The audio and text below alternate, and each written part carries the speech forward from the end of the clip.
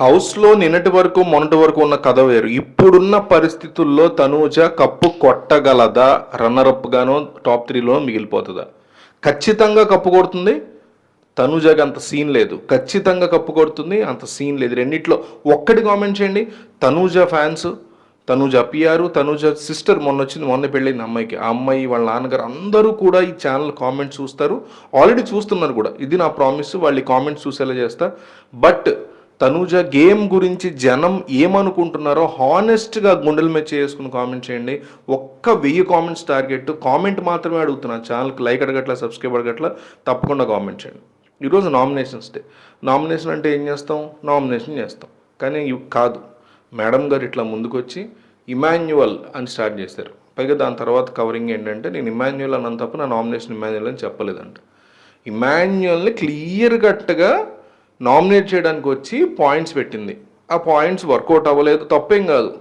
సరే, ఏదో ఒకటి కవర్ చేసో, సారీ నేను నిన్ను నామినేట్ చేద్దామనే వచ్చాను, బట్ నువ్వు చెప్పింది నాకు కన్విన్సింగ్గా అనిపించింది, సో నీ నామినేషన్ వెనక్కి తీసుకుంటున్నాను అని చెప్పడం వేరు. అలా చెప్పొచ్చు.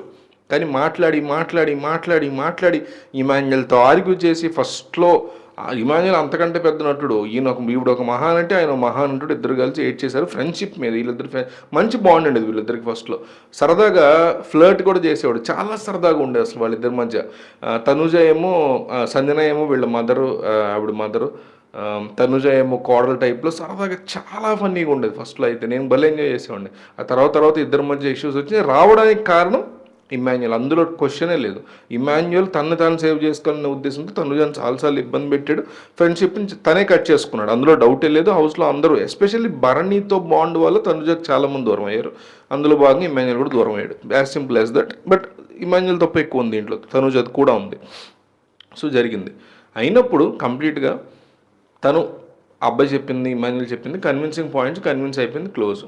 వెంటనే అయ్యి నేను ఇమాన్యుయల్ని నామినేట్ చేద్దాం వచ్చిన మాట వాస్తవమే, కానీ నేను వెనక్కి తీసుకుంటున్నాను. ఎందుకంటే అతను చెప్పిన పాయింట్ కరెక్ట్ అనిపిస్తుంది, నేను ఇంకొక ఇద్దరిని చూస్ చేసుకుంటానని చెప్పొచ్చు. అట్లా కాకుండా డైరెక్ట్గా డీమన్ పవన్ ఇవాళ నామినేషన్ అంది.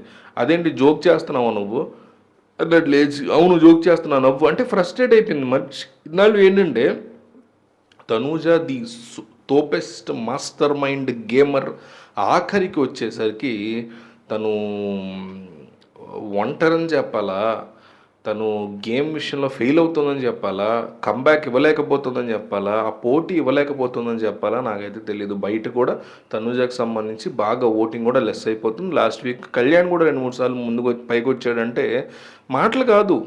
ఒక చిన్న కామనర్, అగ్నిపరీక్షలో వచ్చినటువంటి ఒక సోల్జర్ కామనర్ తనుజ లాంటి ఒక తోపు సీరియల్ యాక్టర్స్ని మించి 3 రోజుల్లో 2 రోజుల్లో ఉండగలిగాడంటే చాలా బిగ్ థింగ్ అది.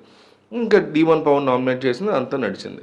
లాస్ట్లో మళ్ళీ డీమన్ పవన్ తనుజాన్ని నామినేట్ చేస్తున్నప్పుడు కూడా తను యాక్సెప్ట్ చేయట్లా. నువ్వు ఇట్లా చేసావు నామినేషన్స్ అప్పుడు, ఇందాకే నువ్వు అట్లా స్ప్లిట్ అవుతున్నావు, అటు ఇటుగా ఉంటున్నావు, మళ్ళీ నా స్ప్లిట్ అంటున్నావు, నన్ను అంటున్నావు అనేసరికి తీసుకోలేకపోయింది. బిగ్ బాస్కి కూడా కోపం వచ్చి మీరు నామినేట్ చేసుకోండి, క్లియరెన్సెస్ క్లారిఫికేషన్స్ ఉండే తర్వాత తీసుకోండి గట్టిగానే వార్నింగ్ ఇవ్వడంతో నామినేట్ చేశాడు. నామినేట్ చేసింది డీమన్, వెళ్ళిపోయిన తర్వాత డీమన్ నామినేట్ చేశాడు. అంటే తనూజ చాలా క్లియర్ కట్గా ఇవాళ తనంతా తానే దొరికిపోయింది. ఎవరో పనికట్టుకున్న అమ్మాయిని పట్టించాల్సిన అవసరం లేదు. క్లియర్ కట్గా ఇమాన్యుయల్ నామినేట్ చేద్దామని వచ్చి అతను చెప్పిన పాయింట్స్ కన్విన్స్ అయ్యి ఏం చేయాలో తెలియక డీమన్ పవన్ నామినేట్ చేసింది. ఆ తర్వాత సంజనాన్ని ఎవరు నామినేట్ చేసింది తప్ప తన దగ్గర పాయింట్స్ లేవు. ఇమాన్యుయల్ విషయంలో గుడ్డిగా కోపడుతోంది తప్ప, లేదా లోపల పాయింట్స్ని కరెక్ట్గా తను ప్లేస్ చేయలేకపోతుంది అనేది క్లియర్ కట్గా తేలిపోయి దొరికిపోయింది.